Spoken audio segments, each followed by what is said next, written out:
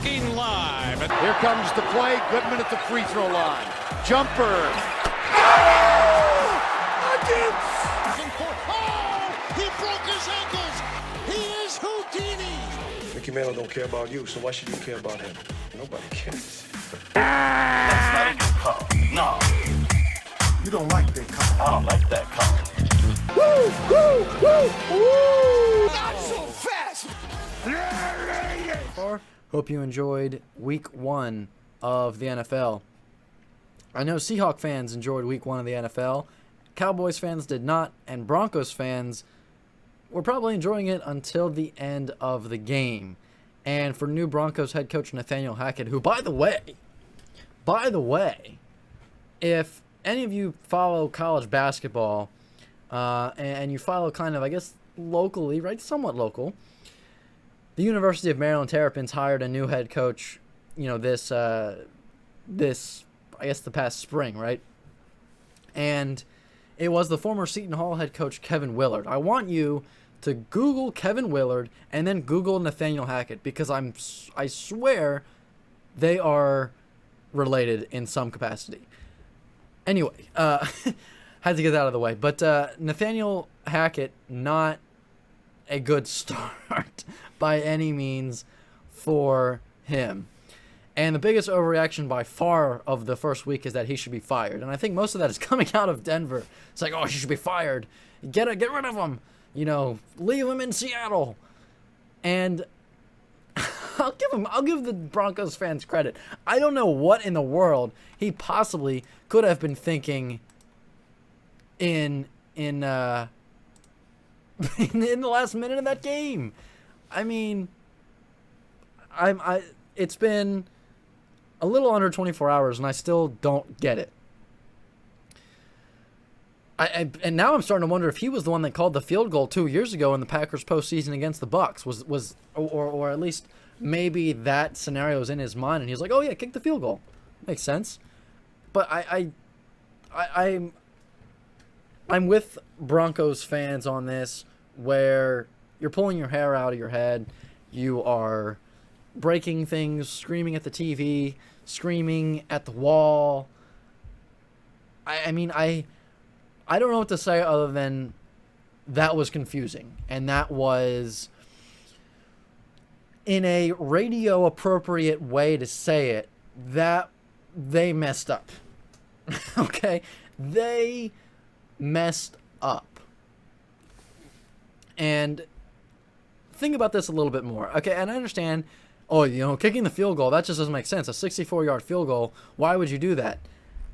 But maybe not everybody really understands why that's absurd and why that's crazy. So let me break it down for you real quick. It's going to take a little bit to tell you about this, so stick with me here. They went out and traded for Russell Wilson, right? Everybody knows that. But what maybe some people missed is that they gave this incredible extension to him. They gave him a 5-year extension, which will keep him in Denver for 7 years. And not to mention, that was a pretty hefty, salary, right? That was a pretty hefty monetary amount that came with that extension and contract.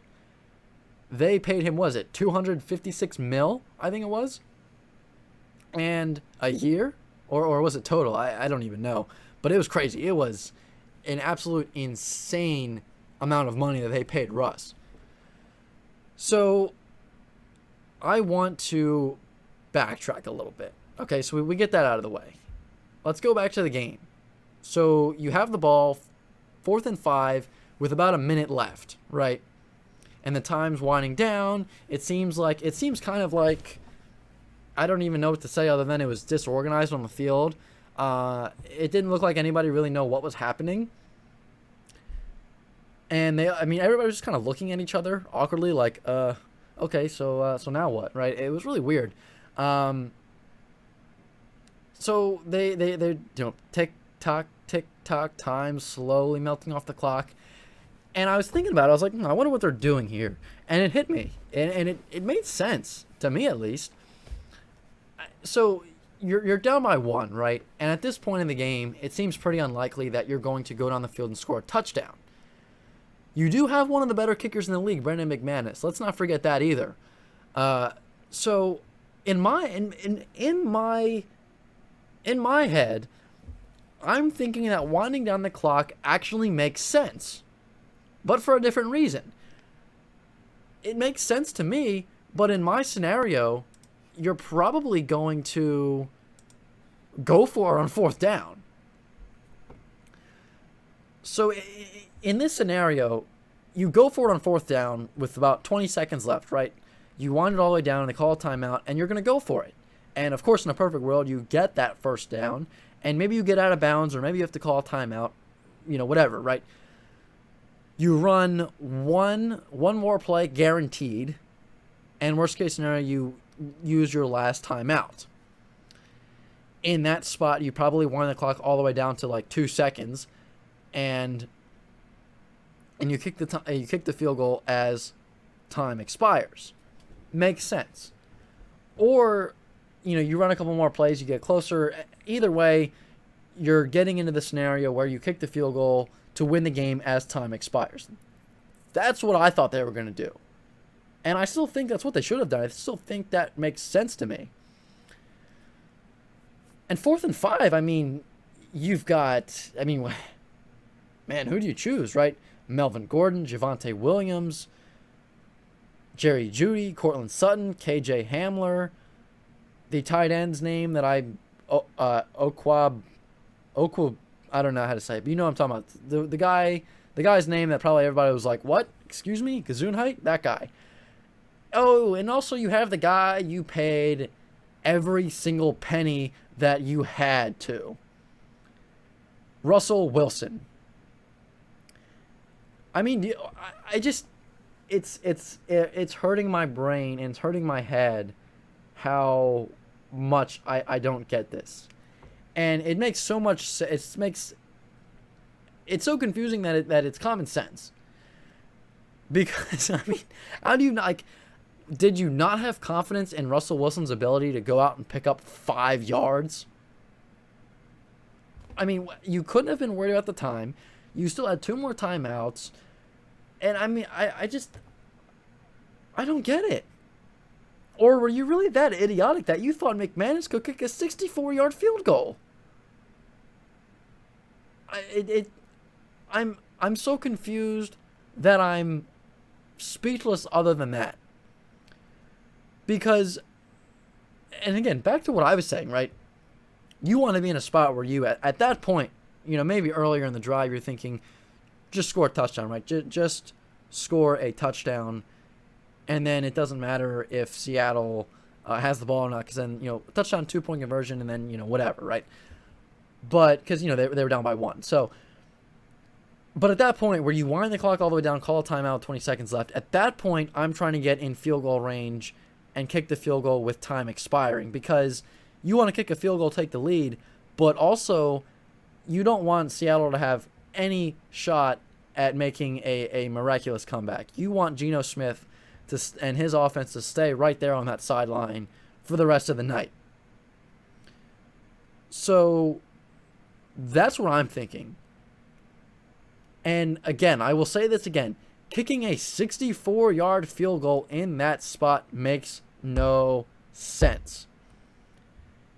And for those in the peanut gallery saying, but McManus is a good kicker, but hindsight is 20/20. I know you're saying that because they missed the kick, and you're gonna say some other things, and you're gonna say some more, and I'm just gonna wait here patiently, and let's see, 3, 2, 1. Okay, do you have it out of your system yet? No. All right, you need a couple more seconds.